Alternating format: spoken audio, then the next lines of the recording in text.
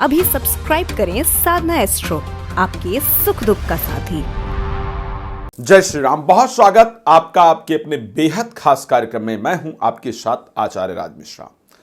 हमारे धर्म में हमारे ऋषि मुनियों ने सनातन धर्म के अंतर्गत जितनी भी कार्य करने की हमें राय दी है, जितनी भी चीजें हमारे लिए महत्वपूर्ण बताई है, एक बात ध्यान रखिएगा, वो हमारे जीवन को बहुत बेहतरीन बनाती हैं। आज के इस कार्यक्रम में मैं बात करने जा रहा हूं शंख बजाने को। बहुत सारे लोगों का ये विचार होता है कि ये तो पुरानी मानसिकता की बात है, ये तो पिछड़ी मानसिकता की बात है। ऐसा बहुत सारे लोग कहते हैं, मतलब कहते बहुत अधिक सुना गया है। जब भी आप तिलक लगा लेंगे, जब भी आप अपने घर में शंख रखेंगे, घंटी रखेंगे, तो आपको बहुत सारी टिप्पणियां सुनने को मिलेगी। लेकिन शंख घर में क्यों रखना चाहिए और क्यों बजाना चाहिए, इससे आपको कितना लाभ प्राप्त हो सकता है, आपने सोचा भी नहीं होगा। शंख क्यों रखना चाहिए, क्यों बजाने से लाभ हो सकता है, इसके बारे में शायद आपने नहीं सोचा होगा। आज मैं इसके कुछ महत्व की बात करता हूं और कुछ रिसर्च को लेकर के। मैं धार्मिक बातों को नहीं करूंगा, मैं ये नहीं कहूंगा वेद में लिखा है ये, शास्त्र में लिखा है ये, इस कारण से आप शंख को अपने साथ रखिए, इस कारण से शंख को बजाइए। तो आप लोग बहुत कुछ सुन चुके हैं। आज मैं आपको वो बताने जा रहा हूं जिसको शायद आप लोगों ने अब तक सुना नहीं है। आज वो जानकारी आपको देने जा रहा हूं।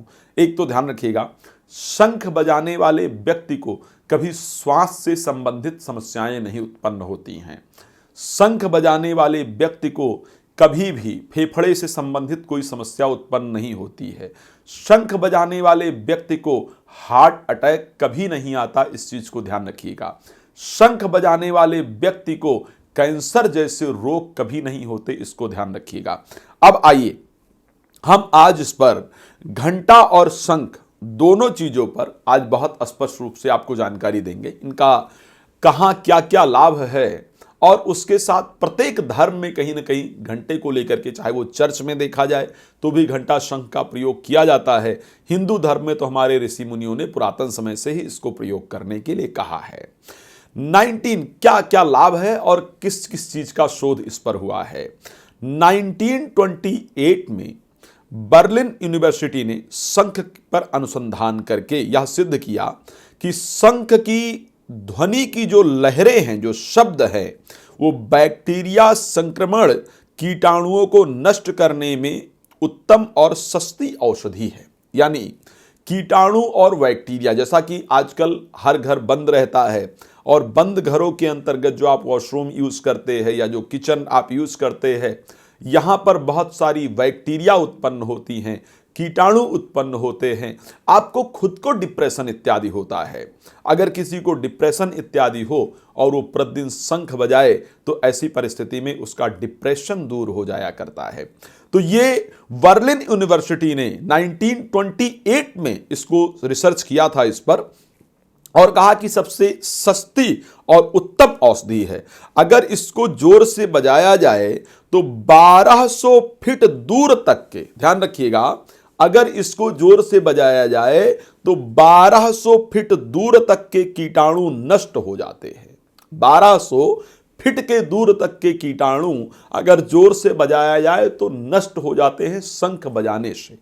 और ध्यान दीजिए, 2600 फीट दूर तक के कीटाणु पूरी तरह, 1200 फीट दूर तक के कीटाणु नष्ट हो जाते हैं और 2600 फीट दूर तक के कीटाणु मूर्छित अवस्था में पहुंच जाते हैं अगर शंख को घर में बजाया जाए तो ध्यान रखिए, आज से शंख घर में जरूर रोज बजाना है। ध्यान रखिए, उसके साथ मिर्गी या मूर्छा जैसी जो समस्याएं हैं, इनके कीटाणु भी शंख, अगर किसी को मिर्गी की प्रॉब्लम रहती है या बार बार कोई मूर्छित होता है या बार बार किसी को बुखार ज्वर की समस्या होती है और उसको रोज अगर शंख की ध्वनि सुनाया जाए तो इसमें बहुत रिलीफ मिलता है। इसके कीटाणु भी स्वतः नष्ट हो जाते हैं। ये मेरा नहीं, 1928 में बर्लिन यूनिवर्सिटी का पूरी तरह से रिसर्च रहा है।